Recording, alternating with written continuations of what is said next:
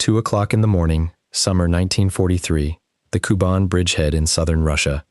A German infantryman stands watch over a sleeping position, and the night is quiet in the way that only a front line can be quiet, which is to say that every small sound matters, and every man asleep behind him is trusting him to hear it first. What he hears first is nothing. No engine, no drone of aircraft, just, very faintly, a rush of moving air, a soft whistling whoosh somewhere above him in the dark, like wind moving through wires, like something gliding. By the time he understands that the sound is coming toward him, the bombs are already falling. The explosion tears through the position before a single searchlight comes on, and when the beams finally sweep the sky, they find, for just a moment, something that does not make sense. Not a bomber, a biplane, a slow, small wood and canvas biplane of a type the Luftwaffe's pilots would not even bother to count as a kill, the kind of aircraft used before the war to dust crops and train beginners. It is already turning away into the dark with its engine off. And in the cockpit, though the German soldiers on the ground have no way of knowing it yet, there are two young women, one of them perhaps 19 years old, neither of them carrying a parachute. The Germans will learn all of this eventually. They will learn it so thoroughly that they will give these pilots a name that sticks to this day: Nachthexen, the night witches. To understand how young Soviet women ended up flying combat missions over the German lines in crop dusters, you have to go back to the summer of 1941, when Germany invaded the Soviet Union and tore through it at a speed nobody in Moscow had prepared for. The Soviet Union was losing aircraft, losing pilots, and losing ground by hundreds of kilometers a month.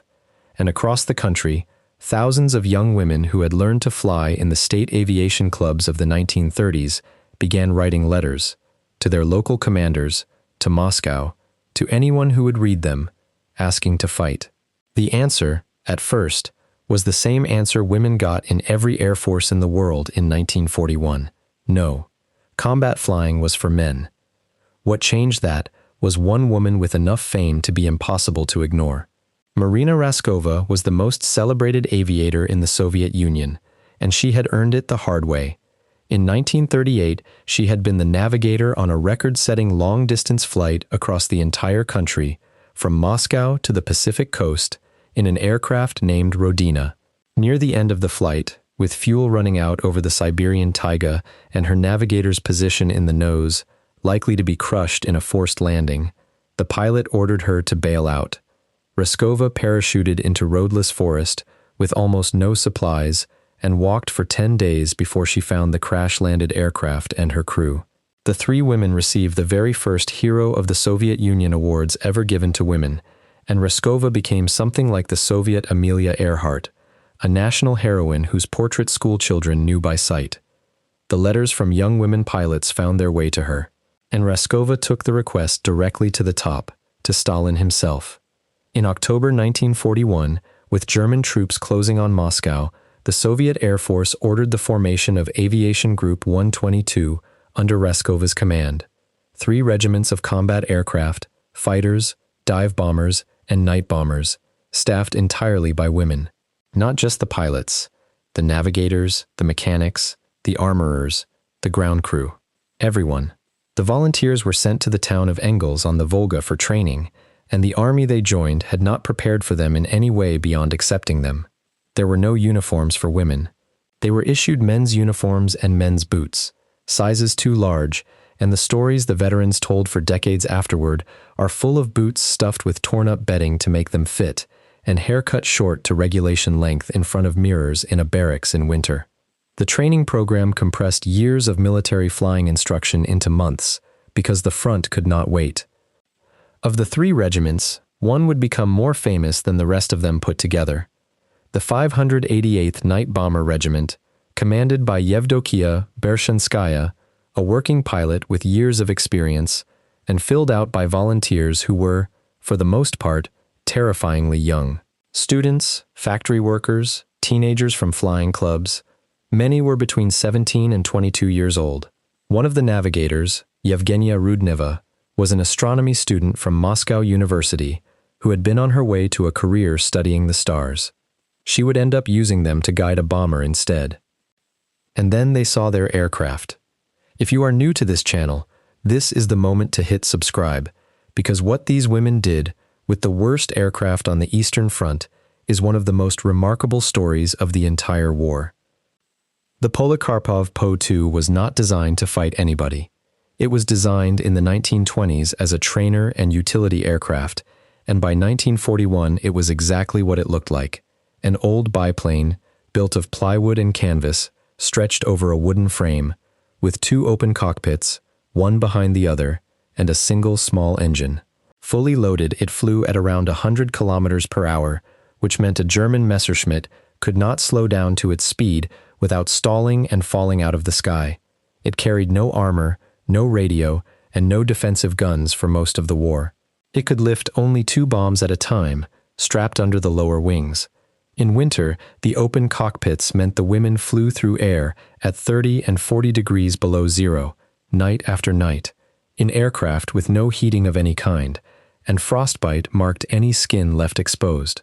The mechanics and armorers had it no easier, working barehanded on engines and bomb racks in the open because gloves were too clumsy for the work, and the aircraft itself was so light that in a strong headwind it could very nearly stand still in the air over the German lines.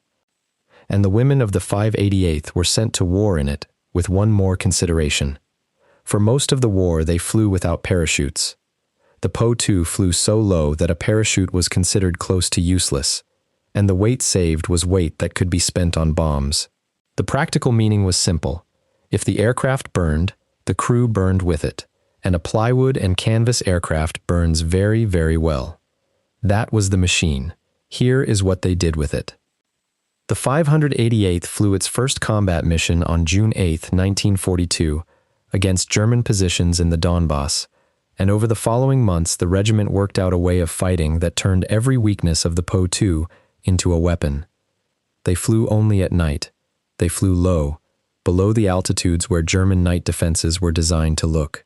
And as they approached a target, the pilot would throttle the engine down to idle and glide the final stretch in near silence, so that the first warning a German position received was not an engine, but that soft rush of air over canvas wings, the sound the German soldiers began to describe as a witch's broomstick sweeping overhead.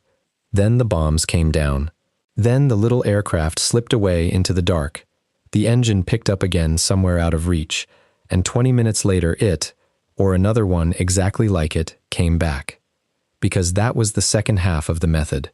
The Po-2 could not carry a meaningful bomb load in one trip, so the regiment made up for it in trips.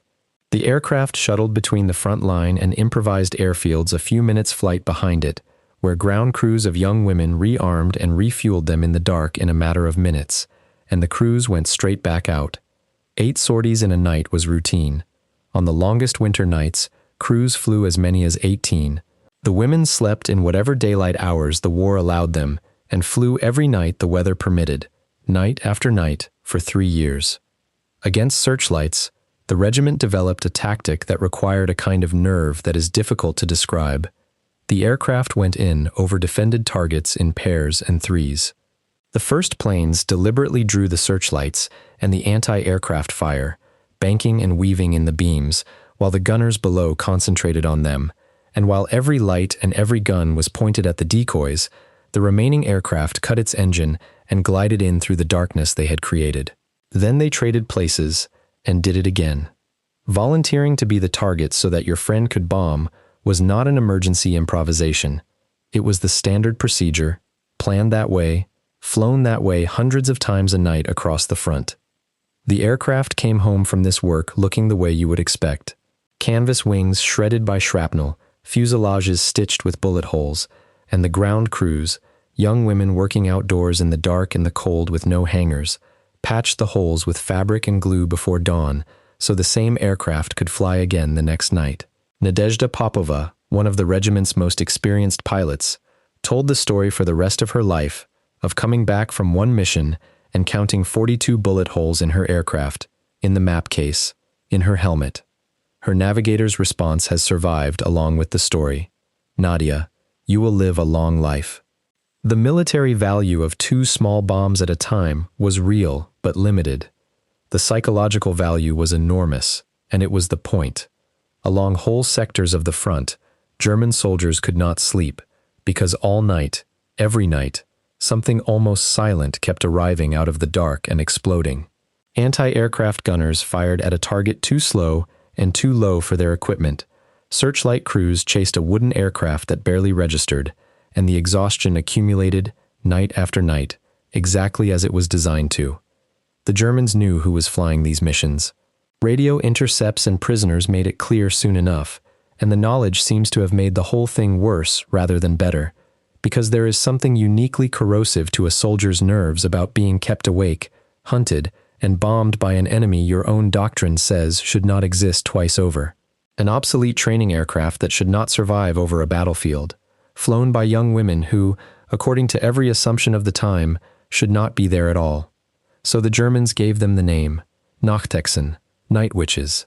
It was meant as a curse, and the women of the 588th adopted it as a title. A story spread on both sides of the line, and among the women themselves, that any German pilot who shot down a night witch would receive the Iron Cross automatically. There is no documented German order that says so, and it was probably legend rather than policy. But the fact that soldiers on both sides believed it and repeated it tells you what the Po-2 crews had done to the German front line's nerves. The Luftwaffe eventually assigned night fighters to hunt them, and on the night of July 31st to August 1st, 1943, over the Kuban, a German night fighter found the slow biplanes in the dark and showed exactly what happened when the assumption finally broke. 4 aircraft went down in flames in a single night. 8 women died, pilots and navigators, none of them carrying a parachute. It was the worst night in the regiment's history, and the regiment flew again the next night, because the alternative to flying was conceding that the method no longer worked, and it still worked. The Po-2 had no answer to a fighter except to fly lower, slower, and closer to the ground than the fighter dared follow, and most nights that was enough. Step back from the technology, and the Night Witch's story is about the same blindness that runs through half the great upsets of the Second World War. The German military had a precise idea of what a threat looked like. A threat was fast, modern, armored, and male. The Po-2 was none of those things, so for a long time the German response treated it as a nuisance rather than a weapon, and the people flying it as a curiosity rather than an enemy. Every night that assumption survived, the assumption itself was bombed.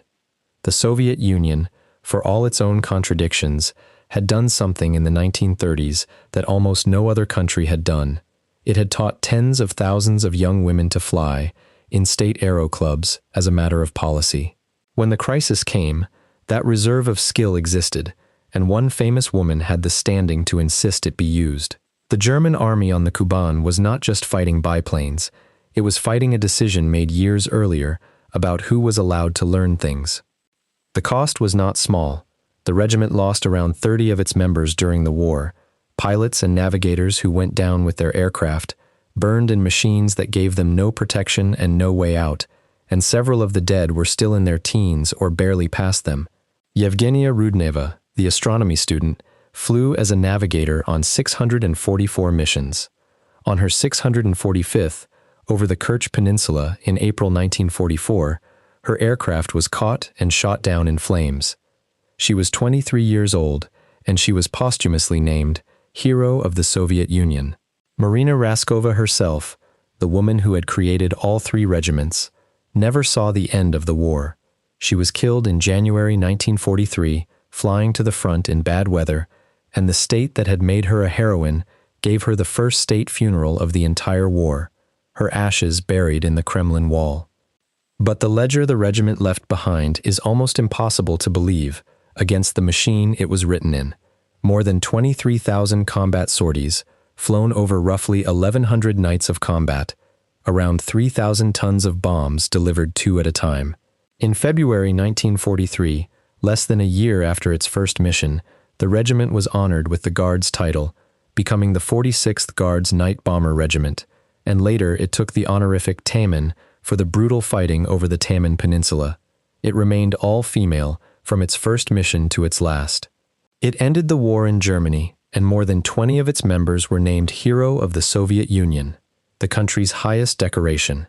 Its commander, Yevdokia Bershanskaya, who led the regiment from its first night to its last, became the only woman of the war to receive the Order of Suvorov, a commander's decoration. Among the heroes was Nadezhda Popova, who had joined at 19, once flew 18 sorties in a single night, and finished the war with more than 850 missions in her logbook. Set that number next to any bomber force in the West, where a crew that survived 25 or 30 missions was rotated home as a statistical miracle, and you begin to see what 850 means. When the war ended, the regiment was disbanded within months, and the night witches went home to a country that needed rebuilding more than it needed heroines. Some stayed in aviation, most did not.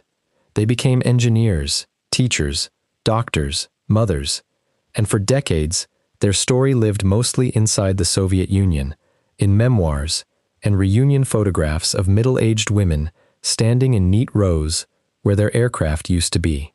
Popova, who died in 2013, spent her later years answering the same question again and again: how a teenager climbs into a Plywood aircraft with no parachute and flies at a German division, and her answers were always some version of the same thing. Everyone was needed. She could fly, so she flew. During the war, she had met a wounded fighter pilot named Semyon Kharlamov, and they crossed paths again and again along the front until the last days of the war in Berlin, where the story goes that they wrote their names together on the wall of the Reichstag. They married that summer. Both of them, by then, wore the gold star of a hero of the Soviet Union. The Po-2 itself had the strangest afterlife of any aircraft of the war.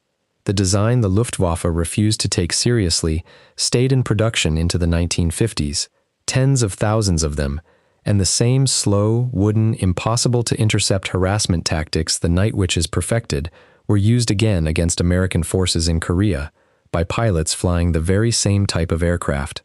American troops, kept awake by something slow and almost silent arriving in the dark, gave the night visitor their own name, Bedcheck Charlie, and the most sophisticated air force on Earth found it exactly as difficult to stop as the Germans had.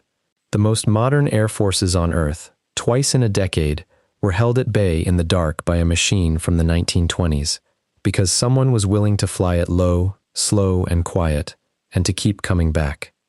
The German soldiers on the Kuban never solved the sound, the soft rush of air in the dark, and then the light.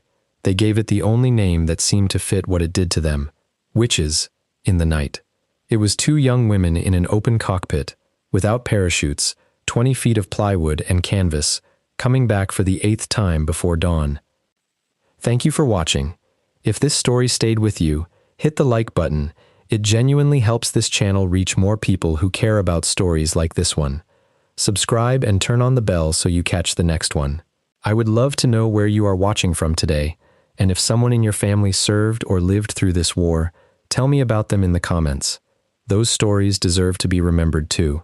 Thank you, and I will see you in the next one.